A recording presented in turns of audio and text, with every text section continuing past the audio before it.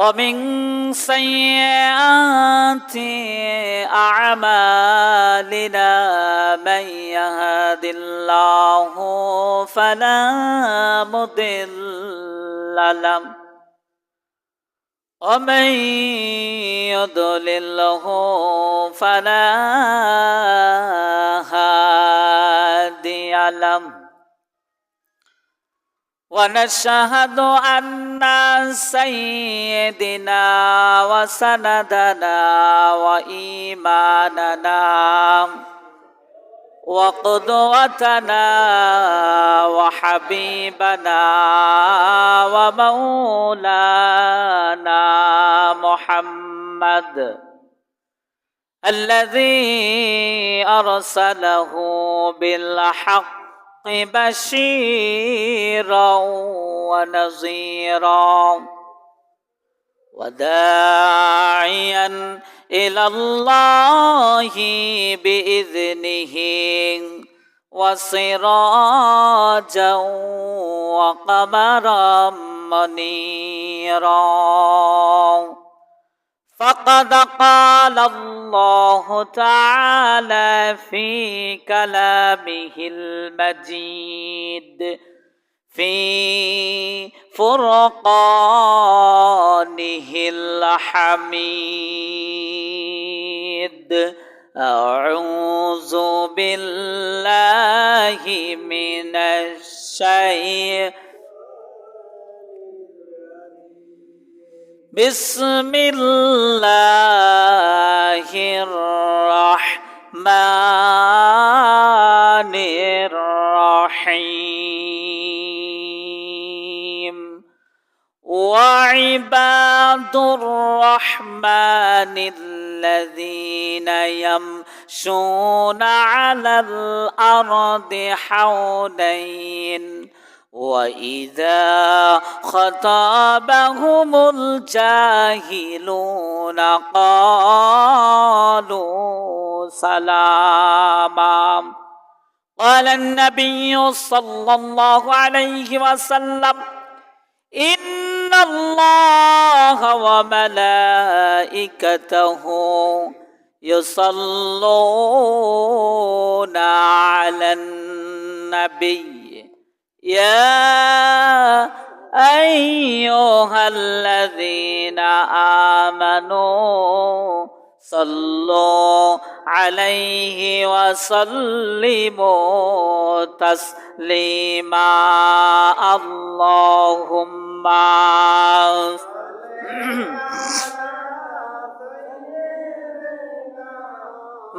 مولانا محمد وعلى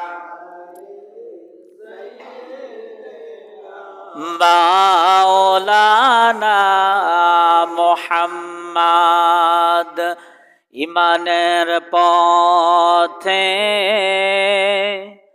অবিচল থেকে আমার মরণ যেন হয় এই করুণা কর আমায় ও গো দয়াময় ইমানের পথে অবিচল থেকে আমার মরণ যেন হয় আল্লাহুম্মা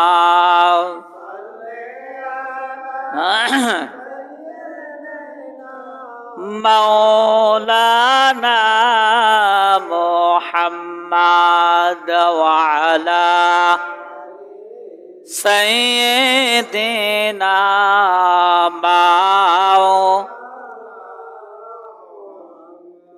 بلغ العلا بكماله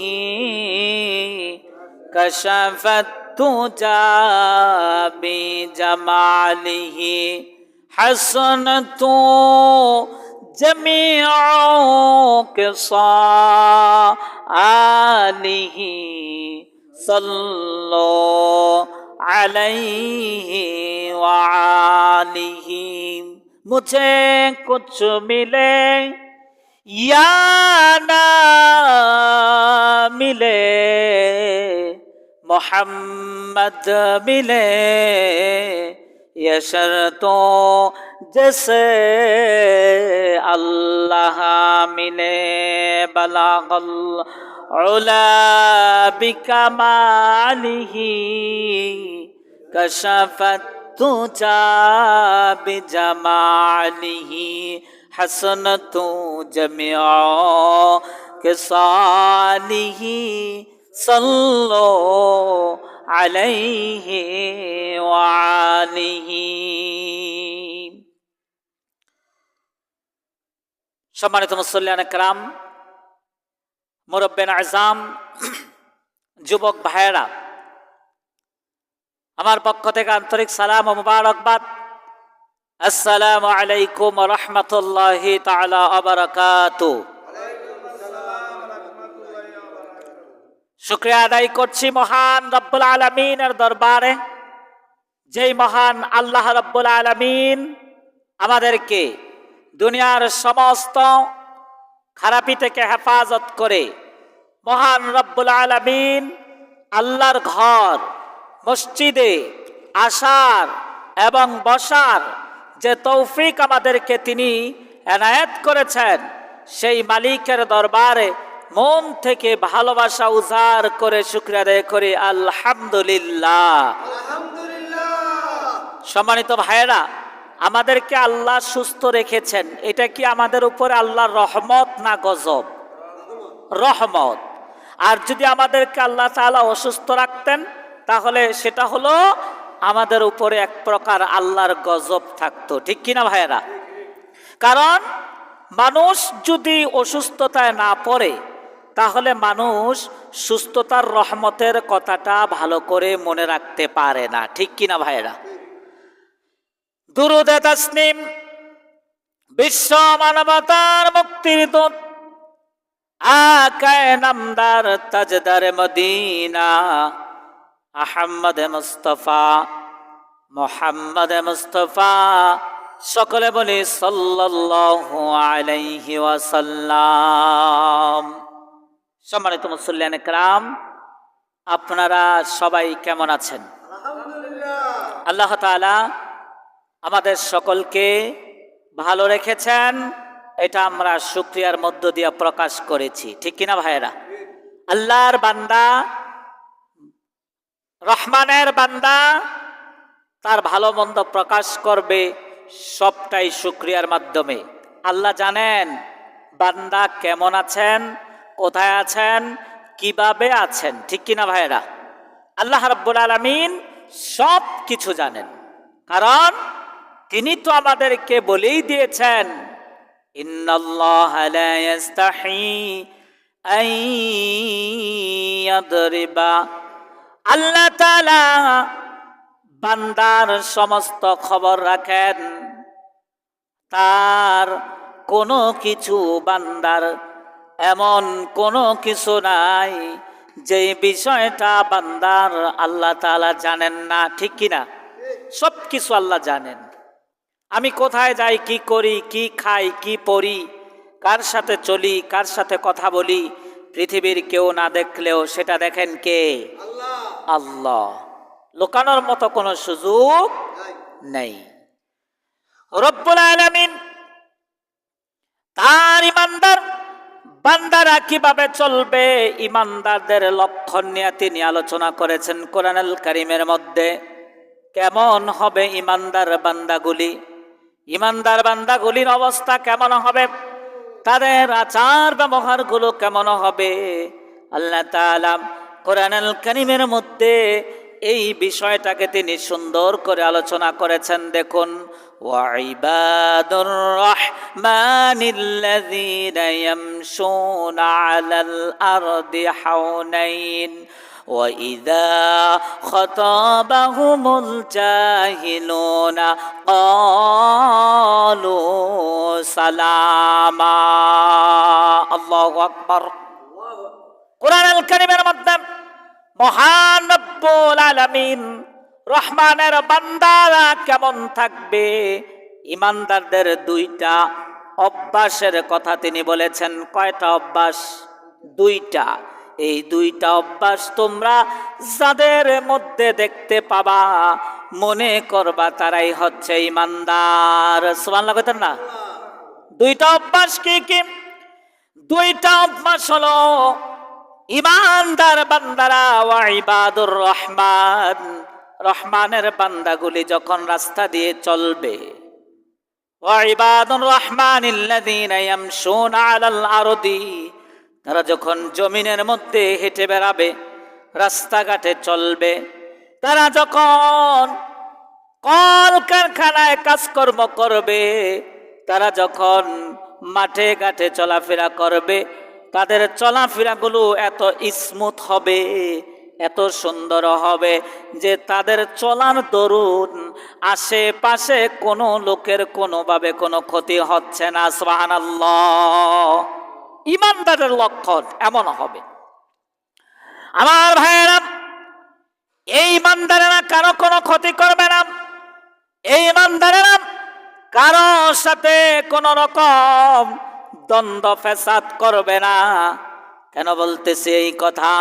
বিশ্ব নবী মুহাম্মদুর রাসূলুল্লাহ সাল্লাল্লাহু আলাইহি ওয়াসাল্লাম যখন তায়েফের জমিনে যুদ্ধ করতেছিলেন, এই পর্যায়ে যখন তায়েফের নিষ্ঠুর কাফেরগণ তিনাকে পাথর মারলেন, পাথরের আঘাতে তিনার শরীর থেকে রক্ত ঝরল। কি ঝরছে? রক্ত ঝরছে। তিনি কাতর হয়ে বেহুশ হয়ে জমিনের মধ্যে লুটিয়ে পড়ে গেছেন। আমার বান্দাগণ, আল্লাহর পক্ষ থেকে জিবরাইল আলাইহিস সালামকে দিয়ে আল্লাহ খবর পাঠিয়েছেন, যাও জিবরাইল আমার দোস্তকে যায়া বলো, ও আল্লাহর দোস্ত, আল্লাহর হাবিব আপনাকে যারা আঘাত করেছে, আপনি শুধু একবার মন থেকে বলুন, মুখ দিয়ে উচ্চারণ করুন, তাদেরকে প্রতিশোধ নিবেন। আপনাকে আর কিছুই করতে হবে না। আপনার মুখ থেকে প্রকাশ করার সাথে সাথে আল্লাহ রাব্বুল আলামিন বাকি কাজগুলো সম্পূর্ণ করে দিবেন। সাহায্যের জন্য খবর পাঠিয়েছে। দেখুন আল্লাহর নবী ইমানদারের সুরত কি, ইমানদারের লক্ষণটা কেমন? ওই যে বলছি, ইমানদার কারোর সাথে কোনো প্রতিশোধ নিতে যাবে না, ইমানদার কারোর সাথে কোনো ফাসাদে জড়াবে না।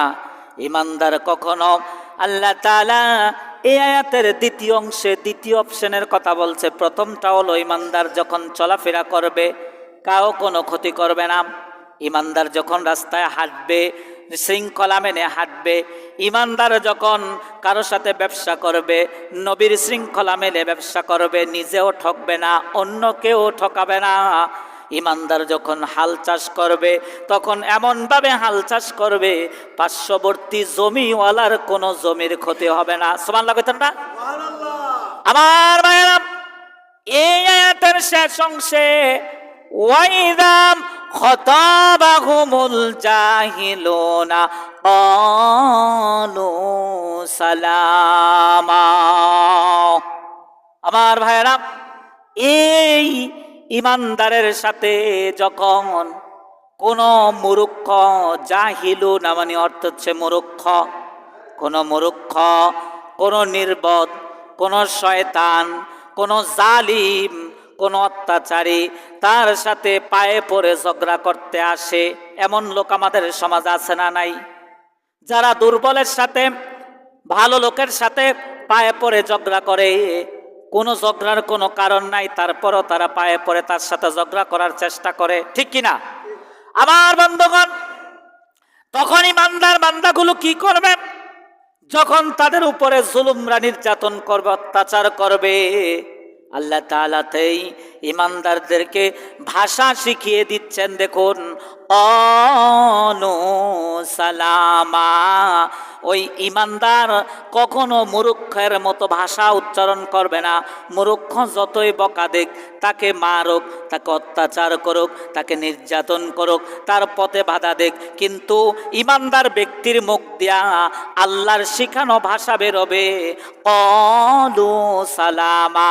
আল্লাহ বলছেন তোমরা শুধু বলবে আসসালামু আলাইকুম ওয়া রাহমাতুল্লাহি ওয়া বারাকাতু।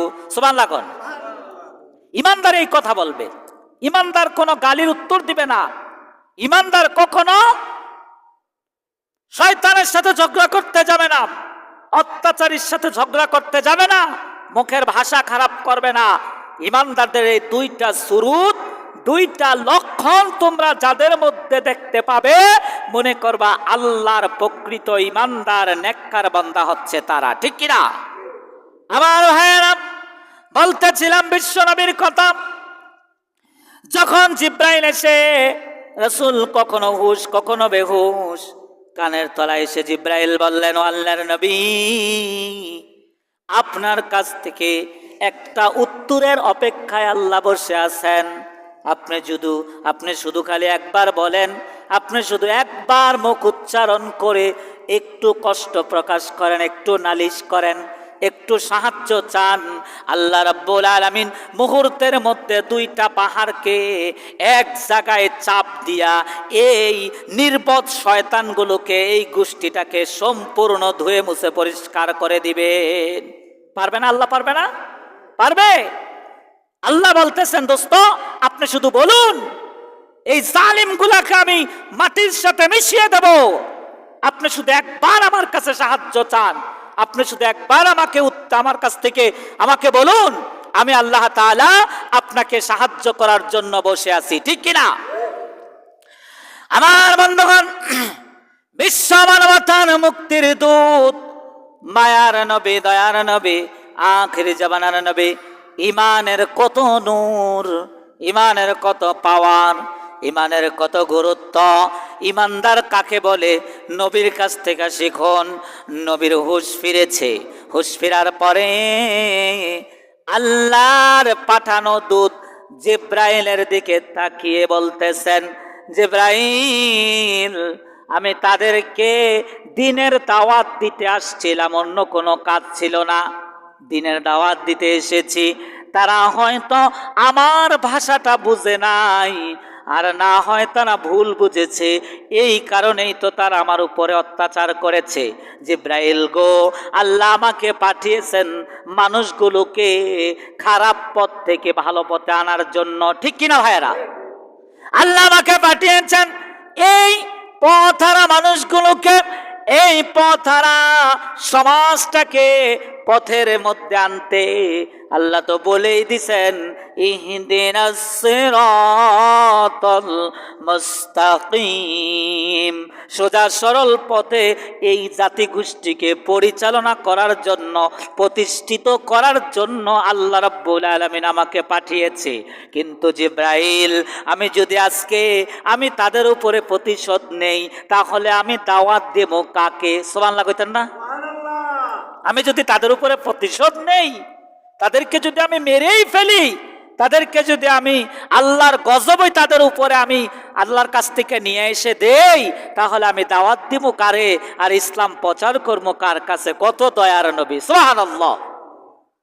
নবী কখনো তাদের উপরে প্রতিশোধ নেন নাই। নবী এক সময় নামাজের মধ্যে দাঁড়িয়ে আছেন, আর আবু জাহেলের গোষ্ঠী, ওই আবু জাহেলের বংশ, তারা পিছন দিয়ে অপেক্ষা করতেছেন কখন নবী রুকু সেজদায় যায়। যখন নবী সেজদাতে চলে গেলেন, তারা ওই মরা পচা ওটের ভিতর থেকে নারী বুড়ি বের করে নিয়ে আসলেন। এসে ওই বিশ্বনবী যে সেজদার মধ্যে পড়ে এসে আছেন, বিশ্বনবীর উপরে তারাই মরা ওটের নারী বুড়িগুলো ঢেলে দিলেন। তারপরেও বিশ্বনবী কখনো সেজদা থেকে একটু লড়াচড়া করেন নাই। বিশ্বনবী কখনো কারো উপরে প্রতিশোধ নেন নাই। আল্লাহর নবী এটাই বুঝাইতে চাইছেন, এসেছেন ইসলাম প্রতিশোধের জন্য আসে নাই, ইসলাম এসেছে পৃথিবীর মধ্যে প্রতিষ্ঠিত শান্তিটাকে করার জন্য, ঠিক কিনা? মানুষের মধ্যে মহাব্বত প্রতিষ্ঠা করার জন্য পৃথিবীর জমিনে ইসলাম আসছে। যারা ইসলাম মানার পরেও, যারা ইসলামকে বুঝার পরেও শান্তিটাকে অশান্তি করে ফেলে, তাহলে বুঝতে হবে তারা এখনো পর্যন্ত পরিপূর্ণরূপে ইসলামটাকে বুঝতে পারে নাই, ঠিক কিনা ভাইয়েরা? নবী করিম সাল্লাল্লাহু আলাইহি ওয়াসাল্লাম, আপনি তার ইতিহাস, তার জীবনীটা যদি আপনি ফলো করেন, এমন কোন অধ্যায় আপনি পাবেন না যেখানে রাসূল সাল্লাল্লাহু আলাইহি সাল্লাম কারো উপরে রাগান্বিত হয়ে কোনো প্রতিশোধ নিয়েছেন। আমার ভাইয়েরা, নবী করিম সাল্লাল্লাহু আলাইহি সাল্লাম বেহুশ হয়ে পড়ে আছেন। জিব্রাইলকে বলতেছেন, জিব্রাইল, যখন হুশ ফিরল, তুমি যা বলছো আমি জানি আমার আল্লাহর এই ক্ষমতা আছে, আমি যদি বলি সাথে সাথে আল্লাহ তাআলা এই দুইটা পাহাড়কে মুহূর্তের মধ্যে চাপ দিয়া এই সকল বেদিন কাফের গুলাকে মুহূর্তের মধ্যে মাটিতে মিশিয়ে দেওয়ার ক্ষমতা আছে না নাই? আছে। কার আছে? আল্লাহর। কার আছে? আল্লাহর। কিন্তু আল্লাহ তা করেন না। আমার ভাইয়েরা, বিশ্ব মানবতার মুক্তির দূত, আকায়ে নামদার, তাজদারে মদিনা, আহমদ মুস্তাফা, মোহাম্মদ মুস্তাফা সাল্লাল্লাহু আলাইহি ওয়াসাল্লাম প্রতিনিয়ত শুধু চেয়েছেন মানুষকে মানুষের সাথে ভালোভাবে সম্পর্ক প্রতিষ্ঠা করার জন্য। কারোর সাথে তিনি কোনো শত্রুতায় যেতে চান নাই, কারণ আল্লাহ তো তাকে শিখিয়ে দিয়েছেন, ওয়া ইবাদুর রাহমানিল্লাযীনা ইয়ামশুনা আলাল আরদি হাওনাইন ওয়া ইযা খাতাবাহুমুল জাহিলুনা ক্বালু সালামা। রহমানের বান্দারা যখন রাস্তাঘাট দিয়া চলবে, নম্রতার সাথে চলবে, ভদ্রতার সাথে চলবে, তাদের মুখের ভাষা কখনো খারাপ হবে না। তাদের সাথে যদি কেউ খারাপ উচ্চারণ করে, তাদের সাথে যদি কেউ খারাপ ভাষায় কথা বলে, রহমানের বান্দাগুলো বলবে ক্বালু সালামা। ও আল্লাহর বান্দা, তোমার মতো আমারও একটা মুখ আছে, তোমার মতো কথা আমিও বলতে পারবো। তুমি যেই ভাষাগুলো খারাপ করেছ, এই খারাপ ভাষা, তার চাইতো খারাপ ভাষা আমি বলার মতো ক্ষমতা আমার আছে, ঠিক কিনা? তাহলে জানে না আমার ভাইয়েরা, আমি খারাপ ভাষায় কথা বলতে পারবো, তোমাকে বকাঝকা করতে পারবো, কিন্তু আমার পক্ষ থেকে আমার রব আমাকে এই খারাপ ভাষা শিক্ষা দেয় নাই। রব আমাকে শিখিয়েছেন ক্বালু সালামা, যে আমাকে বকা দিবে আমি তাকে বকার বদলে ক্বালু সালামা, বকার বদলে আমি তাকে সালাম দেব। সে আমাকে বকা দিয়েছে, সে বুঝে নাই, সে মূর্খ, সে বুঝতে পারে নাই। বকাটা কখনো কারো উপরে পড়ে না, বকা যে দেয় তার উপরেই থাকে, আর কারো উপরে যায় না, ঠিক কিনা? বকা যে দিব তারই গুনাহ হবে, যারে দিব তার কোনো সমস্যা নেই। এখন আমাদের সমাজের মানুষগুলো তো এটা বুঝে না। কেউ যদি কাউকে বকা দেয়, সে আরো, কেউ যদি 5টা দেয়, সে আরো উল্টা 10টা দেয়। কি ভাই, ভুল বলছি না ঠিক বলছি? কেউ যদি কাউকে 5টা বকা দেয়, সে আরো তারে উল্টো করে আরো 10টা বকা উপহার হিসেবে দিয়ে আসে বাড়াইয়া, ঠিক কিনা? কারণ তার রাগ উঠে যায়। কিন্তু আপনার রাগের চাইতে কি মুহাম্মদের রাগ কম ছিল? বিশ্বনবী কি এত রাগী ছিলেন না? সে তো, আপনাকে তো কেউ বকা দিছে, আর বিশ্বনবীর উপরে তো অত্যাচার নির্যাতন করেছে, তারপরেও বিশ্বনবী কারো প্রতি উত্তরে কোনো খারাপ ভাষা উচ্চারণ করেন নাই। মূলত তাদের জন্য সব সময় তিনি শুধু সালাম, শান্তির বাণী প্রকাশ করেছেন, ঠিক কিনা? কারণ তিনি কখনো চান নাই এই মানুষগুলোকে শত্রু বানাইতে। নবী করিম সাল্লাল্লাহু আলাইহি ওয়াসাল্লাম শুধু চেয়েছেন মক্কা এবং মদিনার জমিনে যেন সমস্ত নৈরাজ্যতা ভুলে যায়, সমস্ত নৈরাজ্যতাগুলো শেষ হয়ে যায়। মক্কা এবং মদিনায় এমন একটা সমাজ গঠিত হোক, যেই সমাজের মধ্যে একটা যুবতী নারী রাতের অন্ধকারে বড়ি অলংকার পরে রাস্তা দিয়া হেঁটে যাবে, কোনো পুরুষ তার দিকে ফিরেও তাকাবে না, এমন আদর্শপূর্ণ সমাজ প্রতিষ্ঠা করার জন্য আল্লাহর পক্ষ থেকে প্রেরিত হয়েছেন মুহাম্মদ, ঠিক কিনা? কি করছেন তিনি? সেরকম সমাজ তিনি প্রতিষ্ঠাও করেছেন।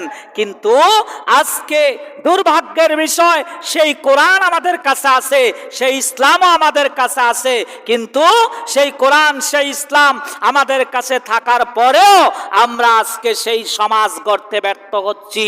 শুধু আমরা দুনিয়ার লোভে পড়ে গেছি, যেই দুনিয়াটাকে মুফাসসিরিনে কেরাম উল্লেখ করেছেন মরা গরুর মতো, ঠিক কিনা? এই দুনিয়াটা হচ্ছে মরা গরু, মরা পশু, নোংরা নর্দমা। এই দুনিয়াটা কখনো ভালো নয়, এই দুনিয়াটা কখনো কাউকে ভালো কিছু উপহার দিচ্ছে না। এই দুনিয়াতে প্রতিনিয়ত শুধু খালি খারাপ। এই দুনিয়ার সাথে যারা মিশে যাবে তারা কখনো সফলতা অর্জন করবে না পরকালে, ঠিক কিনা ভাইয়েরা?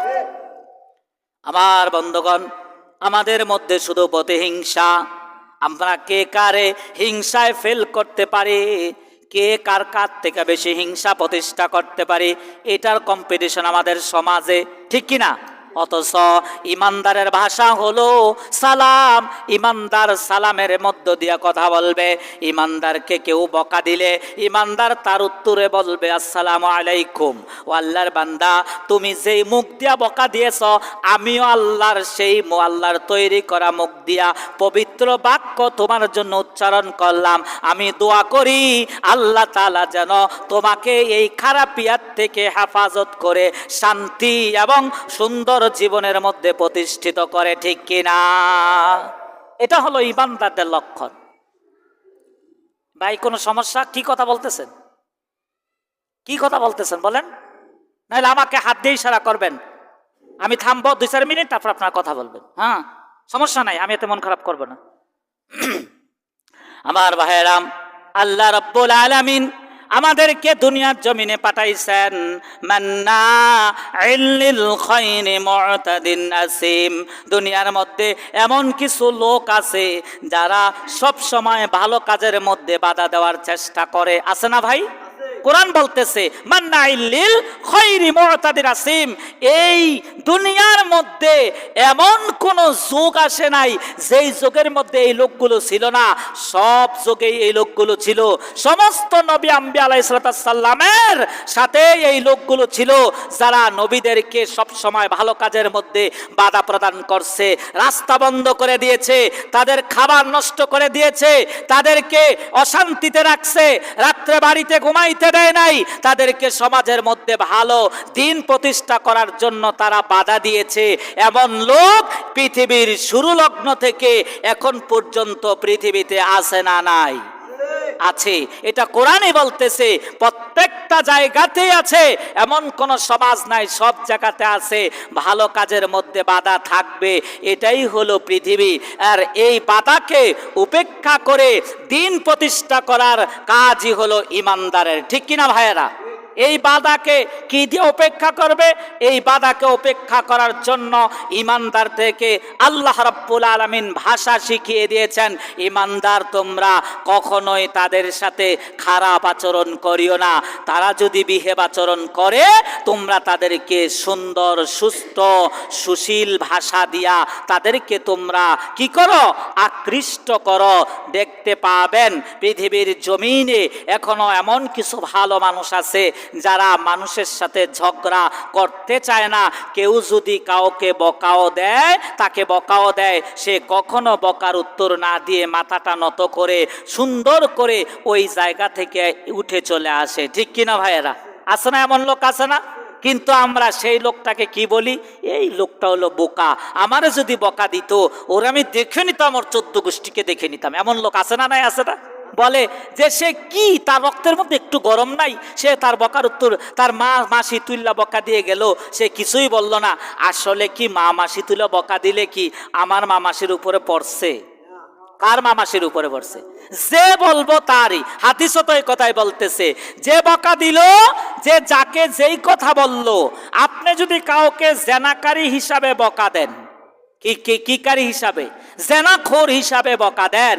আর এই লোকটার জীবনে যদি কোনোদিন জেনা না করে থাকে, তাহলে এই জেনা করার যতগুলো গুনাহ হতো সমস্ত গুনাহগুলো আপনার আমল নামায় লিখে দেওয়া হবে। নাউজুবিল্লাহ। তার মানে যাকে আপনি যেই কথা বলবেন, সে যদি ওই কাজ না করে, অবশ্যই ঘুরে এসে সেই কি করবে, ওইখান থেকে ঘুরে এসে আপনার উপরেই পড়বে এটা। আর গালি বকা দেওয়া বড়লোকি নয়, বরত্ব নয়। আপনি মানুষের সাথে সমঝোতায় যাওয়া, মানুষের কল্যাণ চাওয়াটাই একজন ইমানদারের মূল লক্ষ্য। ঠিক কি আমার বন্ধুগণ?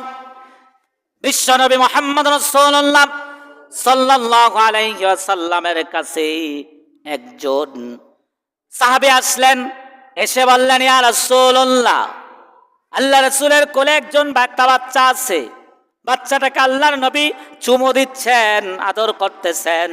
সাহাবী বলল, ইয়া রাসূলুল্লাহ, আমার তো অনেকগুলো সন্তান, আমার তো কখনো মনে চায় না তাদেরকে কোলে নিয়ে চুমা দিতে। আপনার তো দেখি যেই কোনো বাচ্চা যাকেই পান আপনি তাকে আদর করেন, স্নেহ করেন, মহাব্বত করেন। আল্লাহর নবী তার দিকে তাকাইলেন, তাকাইয়া একটু কর্কশ ভাষা, রাগান্বিত ভাষায় বললেন, ও আমার সাহাবী, আল্লাহর রহমত যদি তোমার উপরে বর্ষিত না হয়, আমি মুহাম্মদের কোনো কিছুই করার থাকবে না। ঠিক কিনা? তোমার মধ্যে রহমত নাই, তোমার মধ্যে মহাব্বত নাই, তোমার মধ্যে ভালোবাসা নাই, তোমার মধ্যে মিল নাই, তোমার মধ্যে আবেগ নাই, যার জন্য তুমি বাচ্চাদের প্রতি ভালোবাসা প্রকাশ করতে পারছো না। ঠিক কিনা? একজন ইমানদার মুত্তাকি ব্যক্তি, শিশু, সব ক্ষেত্রে যেই মানুষকেই তিনি সামনে পাবেন, কমল, সুস্থ, সুন্দর, সুশীল ভাষা ব্যবহার করবেন, যেই ভাষাতে ওই সামনে থাকা মানুষটা তার প্রতি আকর্ষিত হবেন। একটা ইমানদারের লেবাস, একটা ইমানদারের আচার ব্যবহার সব সময় মিষ্টি হবে। এটা আমার কথা নয়, কোরআনুল কারীমে আল্লাহ নিজেই বলে দিয়েছেন। ঠিক কিনা ভাইয়েরা? আমার বন্ধুগণ, কোরআন আমাদেরকে ইমানদারের ভাষা শিখিয়েছেন। কোরআন আমাদেরকে ইমানদারের চলাফেরা কিভাবে মাটিতে করবে এই কথাও শিখিয়েছেন। আজকে আমাদের কাছে সেই কোরআন আছেও বটে, কিন্তু মানুষগুলো সেই শিক্ষায় শিক্ষিত হচ্ছে না। ঠিক কিনা? সেই শিক্ষায় শিক্ষিত হচ্ছে না। মানুষ নিজের মতো করে একটা শিক্ষা নিচ্ছে। ইসলাম যার যার কাছে তার মতো, যার যেমনি মনে চাচ্ছে ইসলামটাকে তেমনি ব্যবহার করতেছে। কারো শীত বেশি লাগতেছে, শীতের মতো করে ইসলাম ব্যবহার করতেছে। গরমের মতো করে ইসলাম ব্যবহার করতেছে। কেমন? গরমের সময় তার যতটুকু কাপড় রাখার দরকার ওইটাই রাখতেছে, শীতের সময়ও তার যতটুকু শীত লাগতেছে অতটুকুই পোশাক পরতেছে। কারো দুইটা সোয়েটারও লাগতেছে, কারো একটা সোয়েটার পড়তেছে না, সে শীতটাকে ওইভাবে উপভোগ করতেছে। আসলে কি ইসলামটাকে কি যার যেমন ইচ্ছা তেমন ব্যবহার করা উচিত, না ইসলামের নীতিতে ইসলামকে ব্যবহার করা উচিত? ইসলামের দৃষ্টিতে ইসলামকে ব্যবহার করা উচিত। কিন্তু আমাদের সমাজ তার উল্টো পথে হাঁটতেছে। সমাজে হাদিস না, সমাজে ব্যক্তির কথা চলে। সমাজে কোরআন না, সমাজে মানুষ কি বলছে ওইটা চলে। মানুষ কোরআনের কথা বললে, কোরআনের ভিতরে তো অনেক কিছুই আছে, সব কিছু কি মানা যাইব নাকি? কোরআনে তো সব কিছু, অনেক কিছুই আছে, সব কিছু কি মানা যাইব নাকি? সব কিছু কি মান্না পারবো নাকি? আমরা আমাদের দ্বারা কি হইব নাকি? আমরা কি পারবো নাকি? আমরা নামাজ কালাম পড়বো, তাসবিহ টসবিহ জপমো, আমরা না রোজা রাখবো, অমুক করবো, আমরা কি বাকি কাজগুলো করতে পারবো নাকি? আপনি কি চেষ্টা করে দেখেছেন কখনো যে আপনি কাজগুলো করতে পারবেন কি পারবেন না? আল্লাহ কি আপনি পারবেন না এই আল্লাহ জানেনও কি আপনাকে এই কাজগুলো দিছেন? না আল্লাহ কি জানেন না যে আমরা কোনগুলো করতে পারবো, কোনগুলো করতে পারবো না? কি ভাই, ঠিক কিনা? আল্লাহ কি না জেনে দিচ্ছেন না জান্না দিচ্ছেন? আল্লাহ আমাদেরকে এমন কোন দায়িত্ব দিচ্ছেন যে দায়িত্বটা আমাদের পক্ষে পালন করা সম্ভব না? আল্লাহ কি তাহলে আমাদের উপরে জুলুম করেছেন? ব্যাপারটা তো তেমনই মনে হয়। ফজরের নামাজ জামাতে এসে পড়ে না, এখন না হুজুর পছন্দ দেখে না মসজিদে আসে না, তো অন্যান্য সময় তো মসজিদে আসতো না, তো এখন না হুজুর পছন্দ লাগে না। আমাদের দেশে তো আবার ট্রেডিশন আছে, হুজুর পছন্দ হলে নামাজ পড়বে মসজিদে এসে, হুজুর পছন্দ না হলে হুজুরের, এখন তো হুজুরের গন্ধ, সমস্যা, হুজুর যে অমুকের মেয়ে নিয়ে পালাইছে, হুজুর যে অমুক নাস্তামি করছে, ভণ্ডামি করছে, ছোট্টামি করছে, বদমাশি করছে, হুজুরের পিছনে এখন নামাজ পড়া যাবে না, হারাম হয়ে গেছে হুজুর। সমস্যা নাই, মসজিদ আপনাদের